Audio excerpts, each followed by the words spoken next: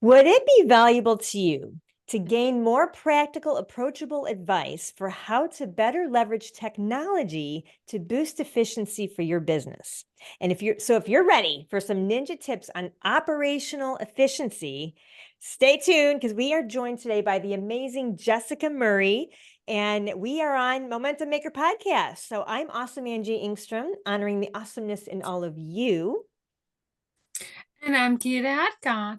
And once again, a big welcome, Jessica. We're so thrilled to have you with us today. So happy Thank to be with you you. both. Well, this is amazing. Now, I know some of our audience, they don't know you, Jessica, so I'm going to start with a short bio, if that's fine with you. Go for it. Perfect. Okay, so Jessica, she actually started her career in Wall Street, and she went on to hold leadership roles across seed stage startups to global public companies. And she's now the founder and the owner of Empower. And at Empower, and at Empower, she helps business owners win back time and drive operational change to help them achieve their goals. And I'm really excited about this episode, Jessica. Yeah, just happy to dive into it and hear what you have to share with the audience. So once again, thank you for joining us. Glad to be here. Operational efficiency. All right, here we go. So that was our version of your bio. How about you give us your 10-second elevator pitch? It might be a little bit longer than 10 seconds, but you all did a good job. So yeah, I'm the founder and owner of Empower. I launched Empower early in 2024. And to put very simply, Empower was started to work with our partners who are emerging business owners to streamline their operations and accelerate sustainable growth. I really like to say we serve them in ways to better design for long-term success. And the business is really rooted in my passion to help emerging businesses grow and enable owners to achieve the goals they both have for themselves and for the businesses they get started. And like you alluded to, I started my career on Wall Street, very far away from what I do today. But it was great experience. And after about 4 years doing that, I really got that entrepreneurial itch and decided I was way more interested in learning how businesses were built from the ground up and how to help drive that success than I was in my trading seat. So that was the really big first leap of my career. I left Wall Street and I joined a very early stage startup, starting in a business development role, but I've worked at a range of high growth companies since then, including, large global publicly traded companies. And everything that I enjoy doing and everything that I'm kind of good at or is my superpower, I would say, is helping founders and business owners translate their vision into practical execution. Wow, I love that. Oh my goodness. That is a far jump from Wall. Yeah. It's been a while, but at the time it was definitely a leap and definitely interesting to try to make that transition from being a fixed income trader to how you go work at a tech startup. So yeah, it was a fun time. That's really neat. So somehow in that work on Wall Street, you got the bug to make that jump. That's really interesting.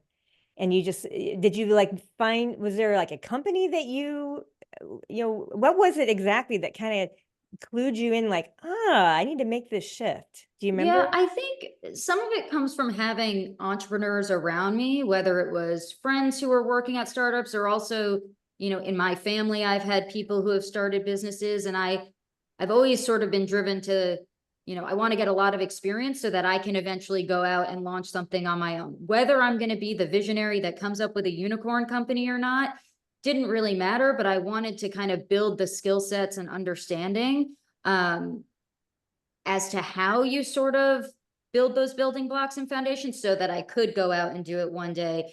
And I thought at the time, and it proved to be true, because I really do think I got an accelerated learning early in my career going to, a seed/Series A company. I got a lot of exposure really early and worked really closely with leadership teams and really got to see, what it took to go from a seed to a Series A, how those teams were built, the sort of systems and processes that need to be in place to be successful, how to market. And those are all things that from my seat at JP Morgan, like I just wasn't going to get the same level of exposure. And I kind of like to say, I didn't get my MBA, but I think working at early stage startups in my 20s really gave me that sort of accelerated MBA anyway. I love that. That is so wonderful. Nice. Go ahead, Geety. Yeah, I was just gonna ask, could you speak a little more to how you help your clients today? Yeah, for sure. So I come in and I will look at our partners' current state of their business, right?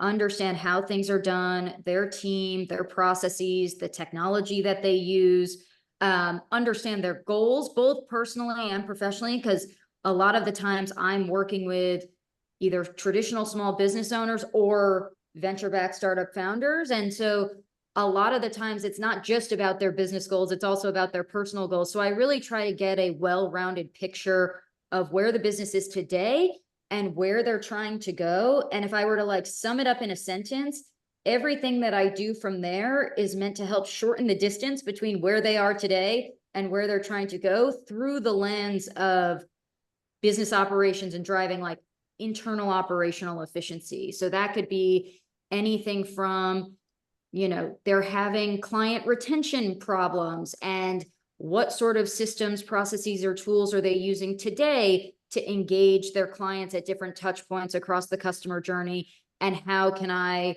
help make that more efficient?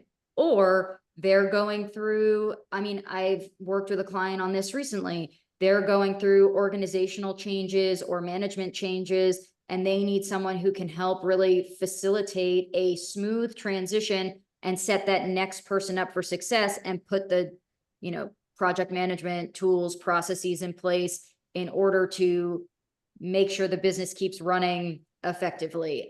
So really anything that sort of impacts the day-to-day activity of how business gets done, I'm sort of looking at and trying to identify ways to drive scale, again, drive more efficiency, and help really set them up for their next stage of growth.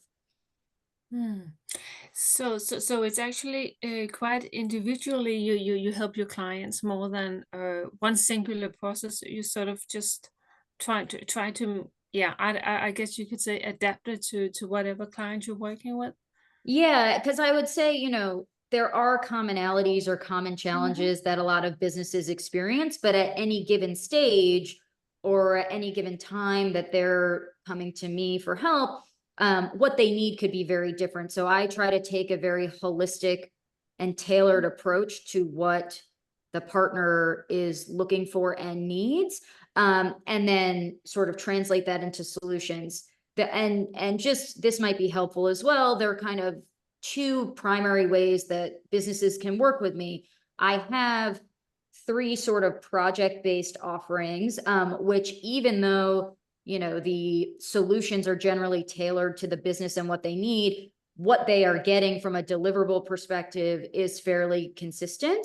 And then away from the project-based offerings, I can also come in as sort of an interim fractional COO, where I'm more integrated onto the team for a longer period of time, because that's the sort of support someone needs versus they just need someone to really come in, do an assessment, provide recommendations, and then help them through the implementation of those specific things. So those are the 2 primary ways that I can work with business owners and founders, either on that project basis or on a more long-term, more integrated sort of fractional COO opportunity. Yeah, I'm just curious, how do you find clients? It sounds like it's a broad range of, it's not necessarily one industry, right? Yeah, so I am not just focused on a single industry, so I'm not going to say I only work with Series A prop tech businesses, right? But I have narrowed it in terms of certain verticals and stages. And just to speak a little bit more to that, on the sort of like venture-backed technology side, I tend to say that a Series B and earlier company that may not yet have brought on a COO, or may not have a head of business operations, or has one or both of those roles, but has a very thorny project or wants someone to come in and do like a third-party assessment of their internal operations. That's where I can kind of come in for that type of business.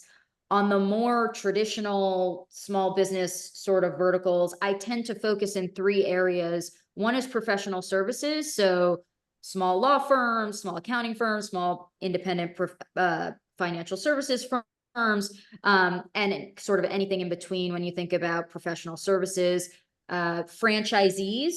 So I have a client right now who's actually a franchisee. So as you know, they are both coming into their first franchise location, but also thinking about scaling that operation is kind of a good opportunity for someone for me to come in and support them. And then also creative businesses. So interior designers or various types of makers. You think of creatives, like a lot of them also sort of want support as they think about how they go from level 1 of their business kind of to the next level. And then I tend to say that from like an annual revenue perspective, businesses that are best suited for me are kind of in the 5 million annual revenue or under. There are exceptions here and there, but that's generally the sweet spot, and where I tend to find they might not have that full-time internal resource, but they really do want to solve some of the challenges they're feeling. And they've also been in operation for at least a year. I typically don't see founders or business owners who are just starting out saying, you know what I really care about? I care about having the perfect process, because I think, as we all know, like, things change and things evolve in that first year, and there's a ton of learning. I've even had that in my business. So to come in and say, I'm going to bring someone in to really button everything up before I even know where I'm going in those first couple quarters, I think is challenging. So typically it's people who have been in operation for a little bit longer. And also another key point is they are hitting up against some sort of ceiling, whether that's, you know, they've been a 1 or 2 person team and they're ready to expand and add more team members, and they need the right infrastructure in place to do that. Or they're looking to expand to a new location, or they're trying to 2x their revenue next year, and they need to know how they can do that in a effective and profitable manner. So there are all these sorts of different clues as to the stage of the business and what sort of inflection point they're at, or ceiling that they're hitting and feeling frustrated about, where you can start to kind of dig levels deeper and understand sort of what the true root of the challenge is, and how, from taking the lens of operations, how you can sort of build an unlock for them that helps them break through that ceiling. Oh my gosh, that's wonderful. Wow. I'm still stuck on the Wall Street thing. Like, you're working at Wall Street and all of a sudden you figure out this is like your calling to do this. Like, it's, oh my gosh, I'm just still stuck on that. It's incredible, because to be able to come into a business, you know, you're an outsider coming in, you obviously have some sort of a process, or is it intuitive to you? Like, Well, just to be clear, I didn't go straight from Wall Street into sort of the business I'm doing now. I went straight from Wall Street to working inside several different startups at different stages. So I think it's sort of been an evolution since I left Wall Street to say, okay, I saw this business, I solved this set of challenges. Then I went to this startup, I solved 12 different sort of challenges. Then I went to the next one, and now I've sort of accumulated this great wealth of knowledge around all these different challenges that occur or that need to be solved, not just through the lens of strictly operations, but truly like every functional area of the company, which I think is sort of an advantage for me, because I have built marketing teams from the ground up. I've built talent acquisition teams from the ground up. I've restructured a product team. I've basically either built, restructured, or optimized any team you can think of at a startup, except software engineering, because I am not that technical. But I do think that gives me sort of a unique perspective to look across everything that's going on, sort of cut through the noise, speak the language, and really identify what the root cause of some of the challenges are and think about creative solutions that are probably like interconnected and aren't just, you know, siloed to one area, and figure out sort of, again, the right approach to take the business to the next level. Thank you for that clarification. Okay, now my brain can get off Wall Street. No, that was brilliant. Everyone needed to hear that. So thank you for sharing that. That's wonderful. And how valuable for you to have that expertise to come in with that in your back pocket. Oh my gosh, that's wonderful. Absolutely. Yeah, and I also, just to add one more point, like I do think it's really helpful that, especially when working with small business owners or founders, they are still so closely connected to the company and really, really care about every decision, every hire, everything you do from a, you know, external perspective.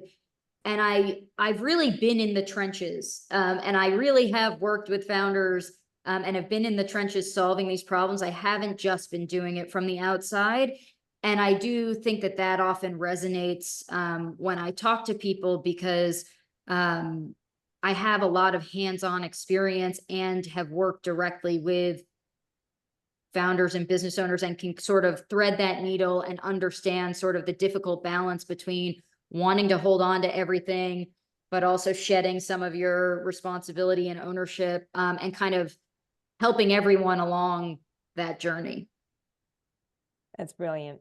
I think that's wonderful. So would you say word of mouth is a good way that you typically get a lot of your clients? Yeah, so I'd say, you know, immediate network plus referrals, word of mouth, and just also, as we all do, networking and sort of broadening our reach and awareness. So, you know, early clients have definitely come from network. I've started to see some referrals come through, and then also just building relationships in other communities and ecosystems. Definitely having a lot of interesting conversations from relationships I've been building there as well. So I do find in this sort of space, it is very relationship driven. You know, these are higher ticket sort of offerings, and you want to make sure that you're building trust and relationships and sort of like a compatibility. And that doesn't come from just running a Facebook ad or, you know, 1 30-minute conversation. So I do feel like it's very relationship driven. And these conversations can happen over months and months and months before someone sort of comes on as a client. And I think that also speaks to that trust aspect. So what would be a great client for you, Jessica? Yeah, so I think I touched on this a little bit previously, but again, you know, early stage, venture-backed startups, Series B and earlier. I've worked a lot with prop tech, so real estate technology and fintech. So those tend to be sweet spots, but also sort of B2B, SaaS marketplaces, also very much in my wheelhouse. And then again, on the small business side, professional services, businesses, franchises, and creatives.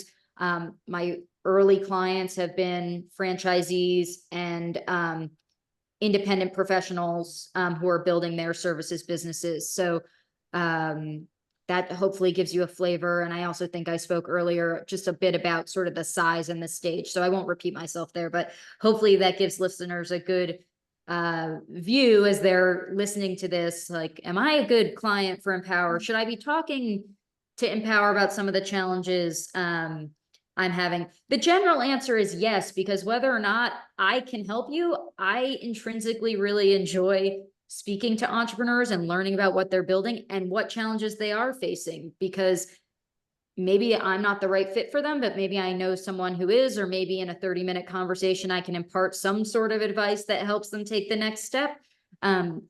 So while I don't have endless time in the world, I do really enjoy talking to entrepreneurs, because I think there are a lot of interesting things being built out there, whether it's in the startup and technology space or in emerging small businesses in a range of different verticals. Wonderful. Okay, so if a business is listening right now I know our listeners love stories. So what's coming top of mind? I know you've got a ton of stories, success stories of clients. What comes top of mind that you would want to share with someone listening?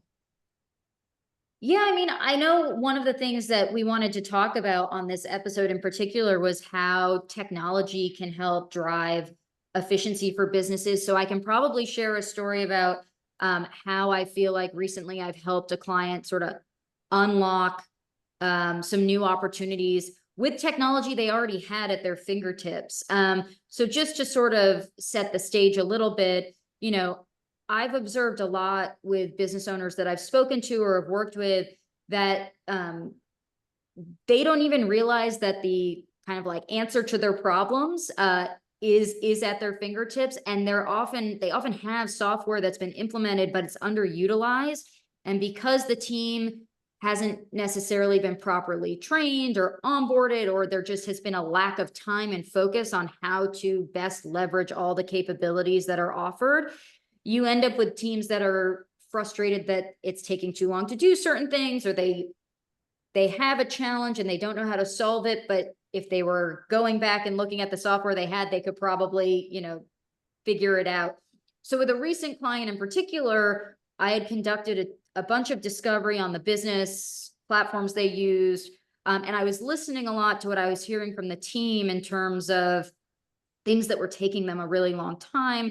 And I had this working hypothesis, although I wasn't sure of it at the time, but I had a working hypothesis that the centralized platform that they've been using to manage scheduling, manage their products and services, manage their client relationships and their email marketing actually had more capability in it than they were actually using. So I kind of independently did a deeper dive into the capabilities. I set up demo sessions with their support team and with some of the team from my client who are the users, and went kind of module by module around how certain things could be used, how the team was currently using them, and where that gap existed. And you could even see the light bulbs going off with the team members from the client who were sitting on them when they realized that something that they'd been doing week after week manually, and it takes several hours a week to do, could actually be automated. Or that certain functionality around contract renewals could be automated and didn't have to be manual. And so seeing that is always very exciting, because one, you're like, oh, I validated my hypothesis. We don't necessarily need to go out and find new software. We just need to better leverage what we already have, which is also great because it doesn't mean you have to cancel a contract, waste money, spend more money. And the team is already relatively well adapted to what they're already using. So I just say that as an example for a couple reasons. Like, one, I encourage anyone who's running a business and has software or various tools that they're using, before you go out and try to say, I need to get the next thing, or I need to go buy this, like really take an audit and stock of what you already have at your disposal and truly make sure that those things aren't going to solve the problem you need before just adding more on, because that can cause challenges for a number of reasons down the road.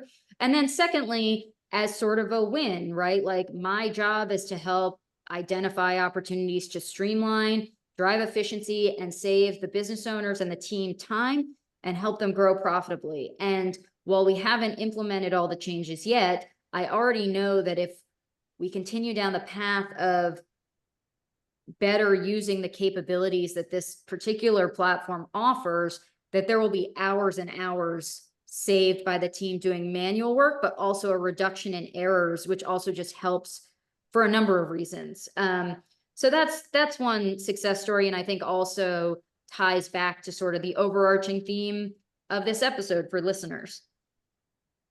I love that. I love that. The bit about automating stuff so you don't have to do all that manual work. To me it sounds like a no-brainer to work with you. But I guess sometimes people hesitate a little. What's usually one of the reasons, or the primary reason? that holds people back from working with me? Exactly. Yeah, so I'd say there are probably two things. One is finding me, right? I'm still a relatively new business, so building that brand awareness, building the word of mouth, having more people outside of my network and my local community know about me is one probably limiting factor. And then I think the other is just education and understanding. You know, I do think it's very straightforward or more straightforward, I should say, for a business owner or founder to understand why it might be valuable for them to hire outside marketing help or a digital marketing expert or somebody to help them with their website or even someone to help them with their sales. All of those things are way more intuitive, I think, and more commonplace than coming in and saying, hey, I can really help drive operational efficiency and set you up for growth because there's probably a lot of stuff going on in your business that is holding you back right now. And I think operations is also such a broad category and can be different depending on the business and what they're most focused on. So I do feel like there's a higher level of just education and understanding that comes with every conversation where when you come in and say like, I focus on driving operational efficiency. I focus on business operations. I focus on streamlining so you're set up for long-term growth. Like, I think people can kind of grasp what those words mean, but when it comes down to the practicality of like, okay, what are you actually doing for me? It just takes a few more conversations because it's not necessarily something that they're trained to think about, but could actually be a really big strategic growth advantage if they are set up well from a system, process, and just operating cadence perspective. So I do think those are sort of two reasons. And then lastly, just on the operations piece, like it's not the sexiest part of the business. It's not what people really want to focus on. People want to talk about marketing. People want to talk about getting customers. People want to talk about product development. That's the really exciting stuff. But let me tell you, if you can have the best strategy in the world and you can have the best product in the world, maybe it'll sell itself. But at the end of the day, in order for you to build a successful, long-running, profitable organization, you're gonna have to really hone in on your operations in order to continue, getting to the next level. So I like to think of operations as your strategic growth advantage, even though it's not intuitive to think of back-end operations as sort of the sexy sales, marketing, product, parts of the business. So hopefully that's helpful. Yeah, makes sense. To me, it's sort of like the foundation, actually. So Yeah, perfect. exactly. It's the foundation that a business owner doesn't realize they need or really can't even attend to until they're in business a while, like you were saying. Like, they need a little time setting it all up, and then you can come in and help shuffle it up and make Exactly. it more And efficient. sometimes it's a time capacity thing. Like founders and business owners are extremely busy. They're very stretched thin. And especially at some of the stages that I'm at, they're wearing a ton of hats. And so to even be able to take that step back and look at some of the things that I look at, they're just not enough hours in the day. And they should be spending their time on sales, product, business development, or fundraising if that's something they're doing. And so I think sometimes they don't realize that they can get the help they need in those areas and free up time and reduce anxiety and give more peace of mind without having to bring in a full-time resource. And I think it's really important to think about that because I think the value that can be delivered is way higher than the cost of bringing someone like me in on a project basis or an interim basis. And it's way less than bringing on a full-time hire or having to, pay a full-time hire, both salary, benefits, et cetera. So I really come in and help augment the team, but also provide a more cost-effective way to solve some of these problems so that a business owner doesn't feel like they need to keep kicking the can down the road, but they can actually get started today. And to the name of the business, feel more empowered to then go on to the next stage. This has been brilliant. I really appreciate your insights, and this is amazing this place that you fill for business owners. It's so powerful. So is there any other last comments that you want to make sure is recorded in this episode? If a potential client is listening to this, what else might they be thinking that you want to speak to? I think I covered a lot of the points, but I think just again, like if a listener is sitting there and saying, oh my gosh, everything feels like it's being held together by Scotch tape and something's about to burst, but I don't know what it's going to be. Don't just keep hiding in the shadows or kicking the can down the road, whether it's with me or another provider doing something similar. At least have a conversation to see how you can get the help that will, again, free up time, allow you to focus on the more strategic activity of the business, and get you out of sort of working in the day-to-day operational activity of the business. And again, shorten that distance between where you are today and where you're headed.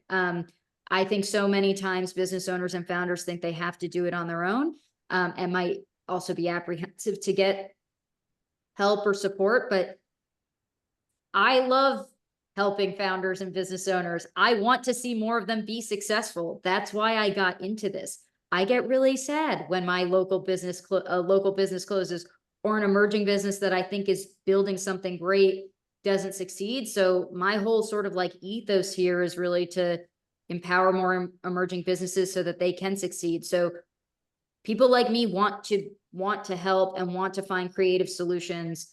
So I would just tell listeners, if you are feeling some of those sort of thoughts in your head, reach out. Simply reach out. I love it. And speaking of that, how would listeners find you? There's several ways. So people could just go to the website, which is www.highempower.co. And I know all of this will be in the show notes. People can contact us at info@highempower.co. And then you can also follow us on social, whether it be LinkedIn or Instagram. And then we put out a newsletter, and you can subscribe. It's totally free. And all of the content is really geared towards highlighting topics that emerging business owners will really care about in terms of building the foundation, streamlining operations. I, trickle in some just fun elements, and then also try to give weekly productivity tips as well to help sort of people think about easy wins that can enhance their day-to-day, even if they're not thinking about the whole picture of their business. So that typically comes out on Thursdays. So you can also subscribe to that as well. Sounds like tons of value in that email. Yeah. You should both subscribe as well after we get off this call. Definitely. I got that on the list. We definitely will. Absolutely. There you go. Wow, this has been so valuable. Thank you for joining us, Jessica. Really, really good tips for you business owners out there. So I hope you've been taking notes, and I just want to thank you again for joining us. Thank you so much, Jessica. Thank you so much for having me. This has been fun. Great. Okay, so let's wrap it up, Angie. Go for it. I'm Gita Adka. And I'm Awesome Angie. And thanks for listening to Momentum Maker Podcast. So keep your momentum, keep moving forward. And if you happen to be a course creator spending too much time selling one-on-one, and you are ready to collapse time and sell one to many, then open up a tab on your browser and go to elitevirtualstages.com/blueprint and learn how you can turn your expertise into a 6 or even 7-figure day. Oh yeah, that's what I said. 6 or 7 figures using live transformational virtual masterclasses. So thank you, Jessica, for joining us. Thank you for listening, everybody.